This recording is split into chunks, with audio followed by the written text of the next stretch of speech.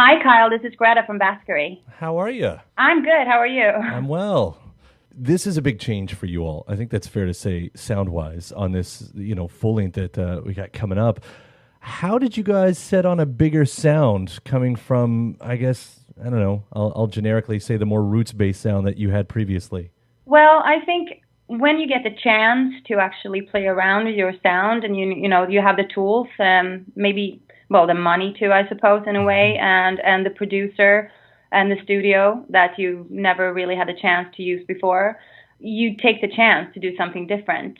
It's not only that, but that's part of it, I guess, to try something you haven't been able to do before. And also, because we've done 3 quite rootsy albums already, I think we were ready to just do something else, to see what we could take the sound, because we were never really, we didn't want to be, in a particular genre with what we do. We just wanted to play music, and it could take us anywhere depending on the songwriting and the sounds. So yeah, we just, felt like trying something different. And I guess hooking up with the producer, Andrew Dawson, I mean, this is a guy who's sort of most famously known for working with Kanye West, which is definitely not in the roots world. Did you guys seek him out, or did someone set you all up? Well, it was a combination. I mean, we didn't really know a lot of producers based in LA or, in the States in general. And our A&R, she kind of sniffed him up, I think, and, said, like, this guy is pretty cool. And we met and we had an immediate connection with him. He's such a musical genius. He's really, really, coherent and easy to work with, and just, he spoke our language directly. And we were kind of intrigued by his background too, because he's been doing hip hop and all sorts of urban stuff that we kind of, were curious about. When you start working with someone like that and start working on these kind of songs, was there any kind of songwriting challenge that you all had to get around? Or is it sort of still the same thing with just, different kind of clothes on the music? I would say it's more the same thing with different kind of clothes, definitely, because, I mean, the sound can only take a song so far, but if it's a genuinely good song and from to start with, I think you can dress it as you please. I think we were thinking a bit outside the box, but we wrote most of the songs when we were in Nashville, which is, well, everybody knows about Nashville, but I think we were a bit eager to kind of not be too rooting to country with the songwriting. So, yeah, I think we didn't really felt it was a challenge. I think the songs wanted to be treated differently this time, Did the song Love in L.A. come once you guys were out there or before? Well, that is actually, that's one of the songs that we did write in LA, and it has a little story to it for sure. We felt a bit lost when we came there, and we loved it there because it's an eclectic place, and it has many positive sides, but also coming from Sweden, being just the 3 of us, not knowing anybody there, we felt a bit lost at times, and felt maybe, who's here to help us, who we're going to rely on. And yeah, so Love in LA kind of was created from that bit of frustration we felt when we were there, not doing much for a while. So yeah. Yeah, your frustration ends up being a really fun song. Yeah, thanks. The whole vibe of the city as we know it romantically kind of all falls in there. So I think you guys did a great job on that. Yeah. I mean, I think the observation about being I think we tried to be a bit obvious with the lyrics there, but I mean, the La movie came out shortly after, we recorded that song. And I think it's a similar idea in a way, we didn't realize, but it's kind of the same thing, how people struggle in many ways in art, and LA is that place where it could be like a hit and miss, or miss. And another one of these songs I want to bring up, one of the most recent singles, is Cheerless Leaders, which is a great play on words right from the beginning. But can you talk about the concept of that song as well?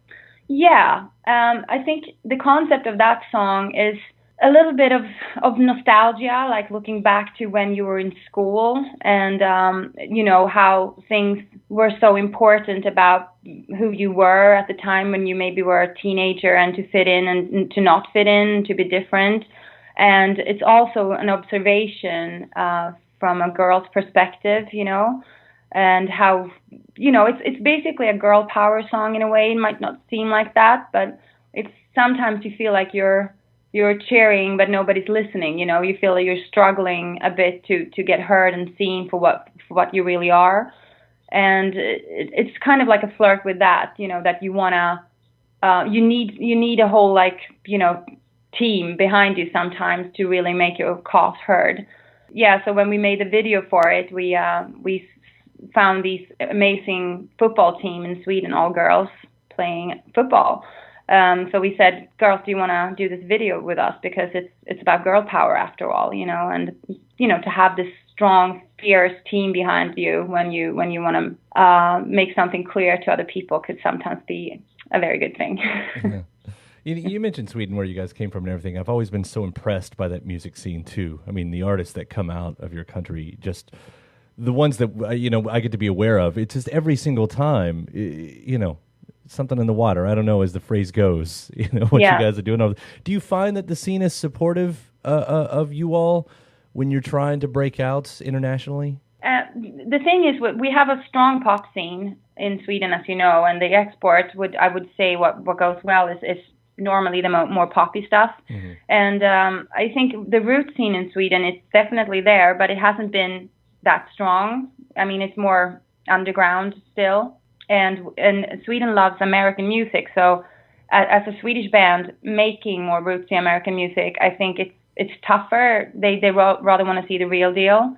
So yeah, both yes and no, I'd say, because we haven't played much in Sweden since we started Baskery, because we've been asked for elsewhere. You know, we've had more success over in the US, and so I can't really say that I think Sweden is that supportive of what we do. But that said, we released our first 3 albums independently, you know, on our own, and it's hard to be, you know, noticed anyway, because it's, you know, as you said, it's saturated market. We have a lot of music coming out all the time, international stuff too, of course. So yeah, I don't know.